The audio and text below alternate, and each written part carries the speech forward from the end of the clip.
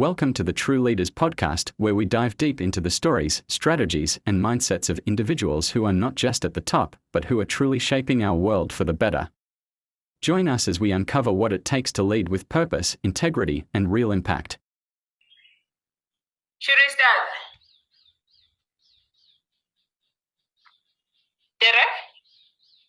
Yes. You ready? Oh, right? now. Can we start? Is the audio good?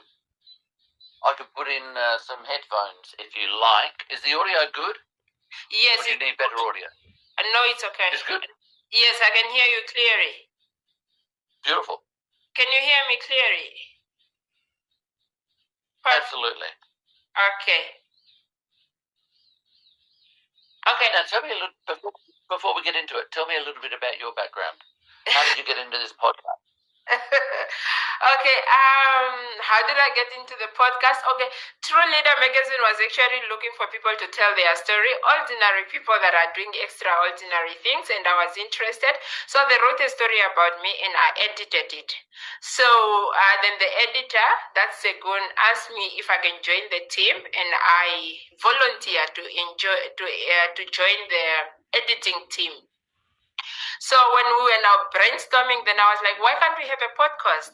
Because then we have people that want to tell their story, but they are more, would love to tell their story through words and stuff instead of writing a whole story about them, which is a really bit limited. And that's how I ended up being appointed to be the host of the podcast. Okay. We are still growing in the new podcast. We are still growing, and we really hope the stories that we tell our guests that visit the studio can really inspire one or two people, because we actually look at ordinary people that are actually doing extraordinary things in terms of leadership. Yeah. Yes. And there are plenty of ordinary people that are doing amazing things. Yes. They don't have a name, but they're still doing exceptional things. Yes, and those are the people that we're looking into having conversation with.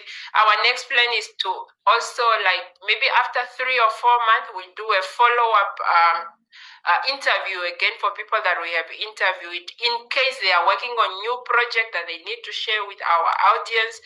We just need to bring ourselves out there. Yeah. Yes. Yeah, beautiful. Thank you. So, welcome to the True Leader podcast. To the audience, good evening. Get ready for unfiltered conversation and inspiring story that will ignite your passion and for leadership. Welcome to the True Leader podcast, where authenticity meets inside.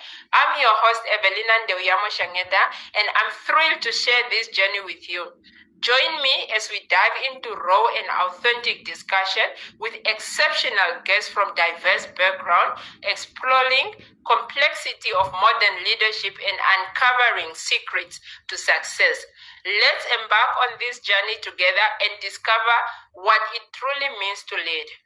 Our guest today in the studio is Mr. Derek, who is a founder of Australia Centre of Human Durability, working globally with leader RAAF fighter pilots, corporate teams, and surgeons, teaching how to go beyond resilience to achieve sustained optimal performance under pressure. He is a former elite star group police officer in Australia, trained in counter-terrorism and tactical operation. He survived being shot 14 times during 1994 mission and remarkably returned to a full duty after 2.5 years. Our topic for discussion tonight is around grit, grace, growth, and then we'll close off with emotional intelligence angle. We're talking about these qualities which are essential for effective leadership as they help leaders to navigate complex situations, building strong team, and drive the outcome. Derek, something that me and you have in common, I'm actually a full-time police officer. Yeah, I am a full-time police officer. Serving in the Namibian Police Force. So welcome to the podcast. Thank you. I'm actually a retired police officer, which you probably are not retired yet. You do Yes. not look anywhere near old enough to retire, but I am certainly old. Thank you. Thank you. We are so honored to have you tonight on the podcast. Our first question is on grit itself, which is defined as a combination of passion, resilience, and determination to overcome obstacles and achieve long-term goals. Our question is to say, can you please share a defining moment where grit carried you through as a leader when talent or strategy wasn't enough? Let me tell you, in my life, I've had so many of those experiences. But I honestly think that everybody has so many experiences of this. We just don't recognize them.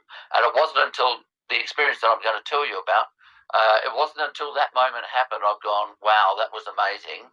But it was also amazing when I wanted to train my dog. It was also amazing when my kids were going through a hard time and I had to really be focused. But so I think there's lots of people that do amazing things and have grit and resilience and perseverance and determination just to do ordinary in inverted commas, ordinary things. But the processes, the determination is all the same.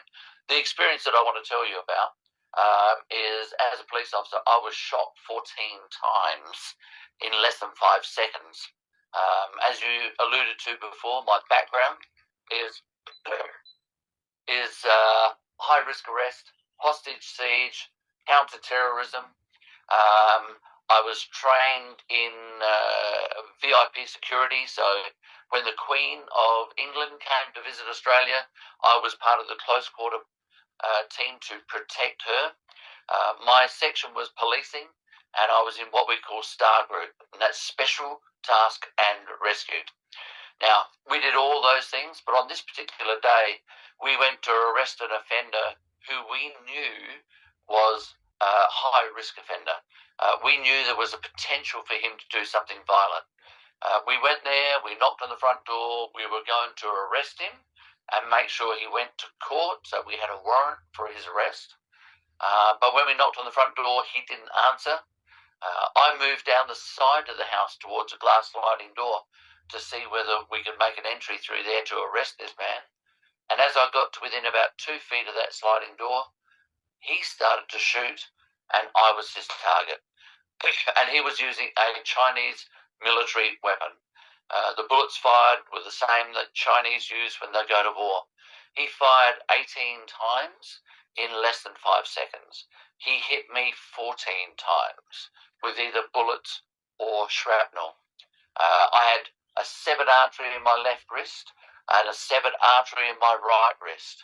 I had 2 bullets in my stomach. I had 2 bullets in my thigh. I had 3 bullets in my left calf. 1 bullet went through my right Achilles tendon. 1 bullet went in behind my right knee. And there were 3 bullets that hit me that didn't actually penetrate, but they were good, solid hits. One of them hit a ceramic plate, which would have taken a massive impact.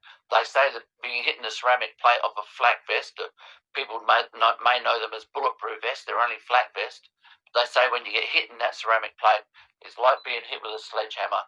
I took another hit to my left thigh, which didn't penetrate, so there were 3 hits there. 2 penetrated, 1 just hit equipment, and another one hit another part of the vest, which was just a good solid hit.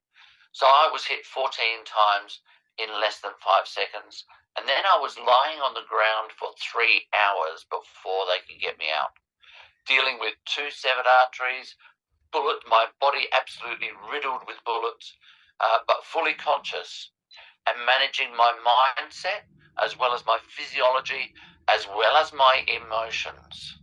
And that was a really critical part, to be able to manage my emotions so that I could focus on the tasks that I needed to do to save myself, rather than letting my emotions go high and then my rational thinking goes low. Being able to bring my emotions back down and my rational thinking back up helped me to be able to survive that day. That's quite.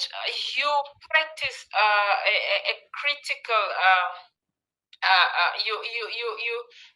you practice a critical tactic for you to overcome what happened to you. Being shot 14 times and you were still conscious and you were able to manage this pain. My commander used to say that she's a young commissioner, and she used to say that she is pain tolerant.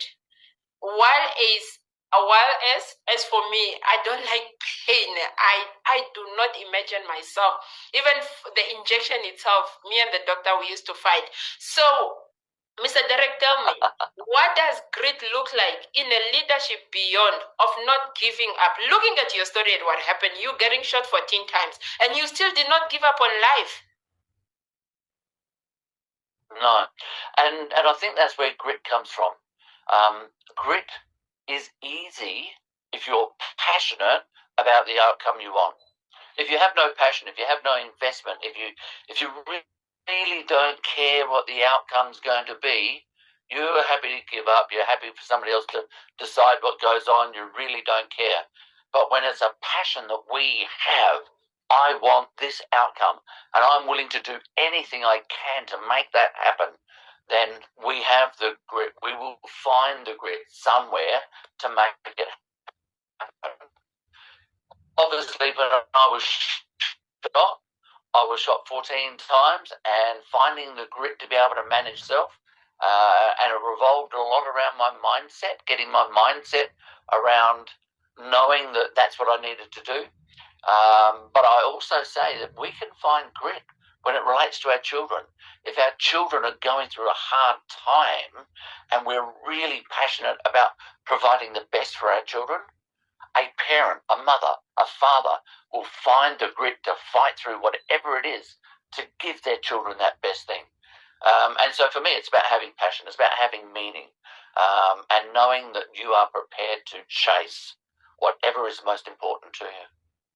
Okay, looking at the price or the goal that you intend to achieve as you are doing something, and which you define as grit, how do we distinguish between grit itself and getting burnout when you are working toward an activity? So I think we need to be very aware of the potential to be burnt out when we are pushing ourselves. In the work that I do in my sustained optimal performance arena, I talk about two different models of resilience. One model of resilience is functional resilience. And functional resilience is doing the stuff that we need to rest, relax, replenish, re-energize when we get burnt out and we're getting tired, and we need to do these things to get our energy back, to get our mental health back in the right place. Another side of it is aspirational resilience. And aspirational resilience is when we want to push ourselves, when we know that there is something that is absolutely desperately important. We know it's going to be hard work, but we're passionate. We want to make this happen. And there are steps that we need to put in place to make sure we can keep that going. But the really important thing is, if we stay in aspirational resilience too long, right, we will go into burnout. Okay, because you are pushing yourself too much. So you've got to recognize what those signs of burnout are. What does it mean for you? Everybody has their own signs. We know what it is, but we quite often just go, no, I'm better than that. I can get past it. I don't have to give in to it. When we recognize those signs, we need to change from aspirational back to functional. Rest, relax, replenish, re-energize. And then when we've got it all back in place, then we can re-engage and go back to aspirational again. And I think that's a key that many people miss. It's okay to be pushing ourselves and sometimes take time out.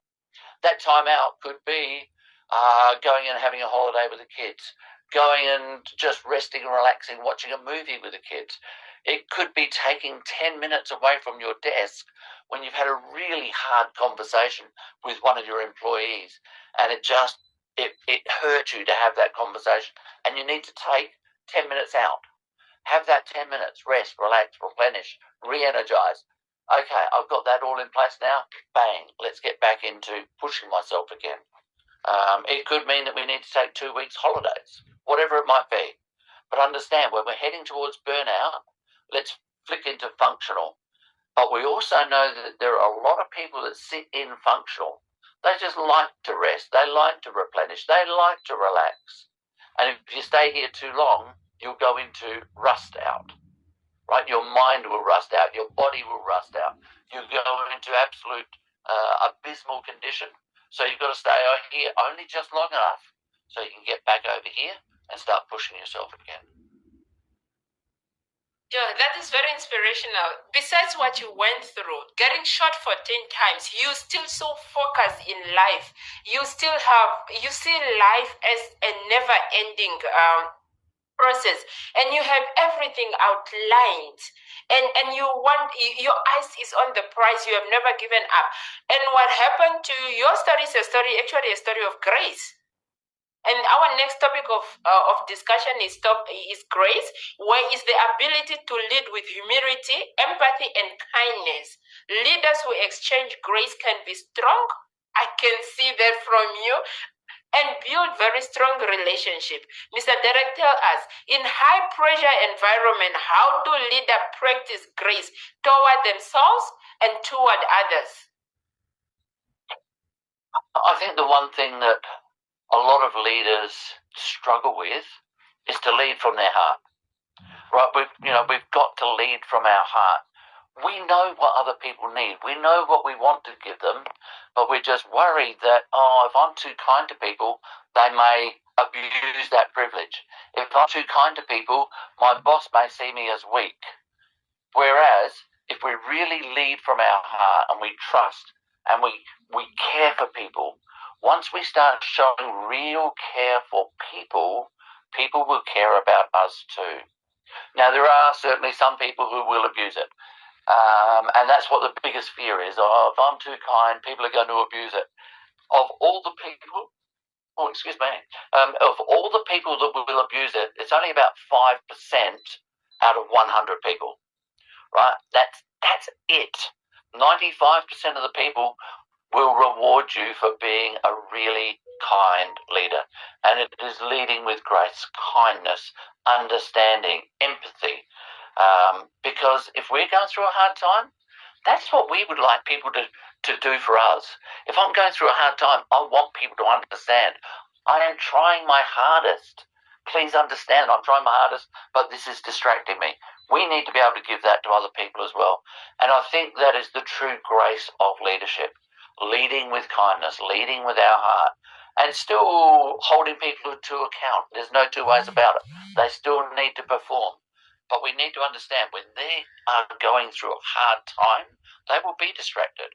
And they need to go back into that functional resilience, rest, relax, replenish, get things back in place, and we can help them through that process. And when they are ready, bang, they will be back into that. And they will thank you so much, they will push themselves even harder. That's very interesting.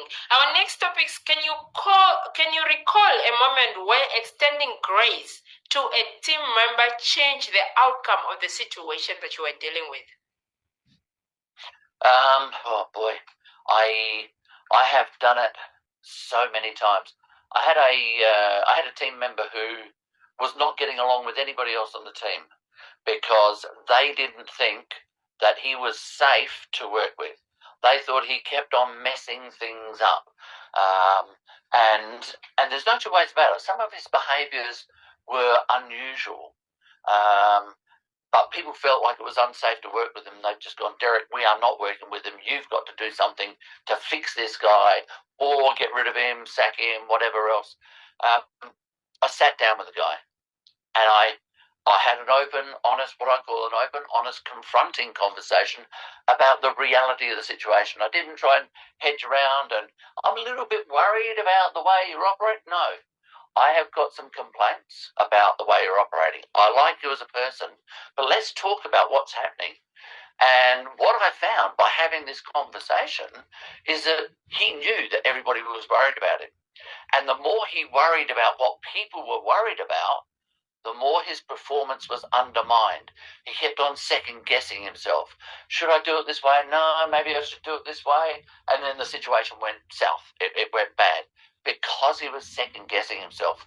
When we sat down and we discussed it and I found out exactly what was actually happening for him, I was able to coach him through that. Okay, let's talk about it. In this situation, this is what I was told happened. If you were to go into that situation again, how would you handle it?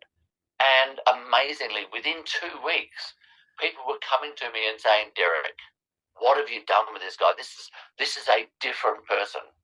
And it's because I showed faith in him. I showed interest in him.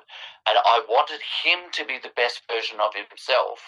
And he rose to it.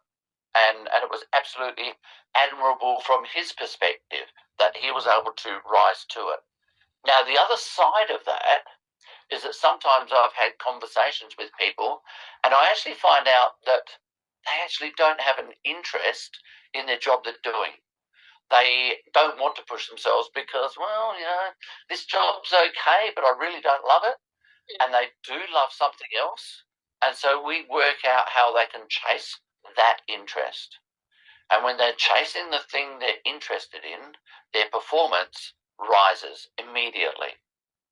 And we can't find that out unless we actually know who people are and we have real conversations both ways about interacting with them and finding out who they are, what we want, and the best for everybody. So in other words, what you are saying is to say that the best way to find a solution to a struggling employee or a colleague is finding out, hearing their story, finding the root causes of the current situation. You have handled it very well. Tell me, Derek, how does grace influence difficult decision-making or conversations? Yeah, it's a hard one. Sometimes it's a hard thing to balance. There's no two ways about it. Because sometimes we need action immediately. Now, in my arena of STAR Group, high risk arrest, hostage siege, counter-terrorism, sometimes you can't go, oh, what would be a nice thing for you to do? How would you like to attack this terrorist incident? We've got a high risk offender, he's about to shoot someone. Do you feel comfortable taking? We don't have that ability. In a high risk situation like that, it comes down to immediate command and control, and I have to be able to give orders to people and expect them to act upon those orders without question. But you don't get to that point without having connections with those people first. Two things that they have to have. They have to have respect for you, and that's respect for you as a person, you as a professional, your abilities, your skills, your understanding, your knowledge. But we also have to have rapport. There has to be a connection between us so that they can trust me as well. Now, that's built up before you get into that situation of high risk. And once you're in there, if you've got respect and rapport from the people you're working with, you can say, I need this. And they'll go, understand, this is the situation. Damn, absolutely, I will go and do it. Sure, that's too much to take in. Our next topic is growth. As every professional have to grow, our next topic we look at growth. It's being defined as the mindset and process of continuous learning, self-improvement, and development, which is also needed in leadership arena. The first question that we'll pose to you will be, what personal growth have you experienced because of hardship or failure as a leader? So hardship, certainly which story do I tell you? I've got so many stories of it just running through my mind. I'm going, which one? Certainly the story of the shooting. The growth that I experienced out of that was amazing. And it's not because of the shooting itself. Right, the shooting itself, yes, that was hard, and coming through it was difficult. But my mindset going into that, my mindset while I was lying on the ground for 3 hours, dealing with massive injuries, my body closing down, seeing the white light, all those sorts of things. What I grew out of that shooting was more trust in myself. I did things that other people are going, that other people have said afterwards, why did you do that?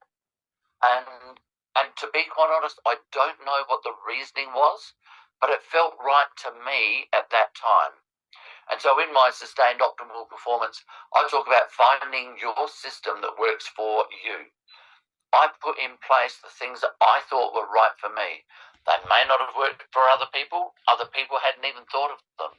But doing what I thought was right at that time is one of the reasons I survived. Doctors said that I should not have survived that shooting. I should have bled out 2 severed arteries. I should have bled out within minutes. I was lying on the ground for 3 hours. The amount of injuries I had, even though I'd stemmed the flow of blood from the 2 arteries, the rest of the injuries, I should have bled out.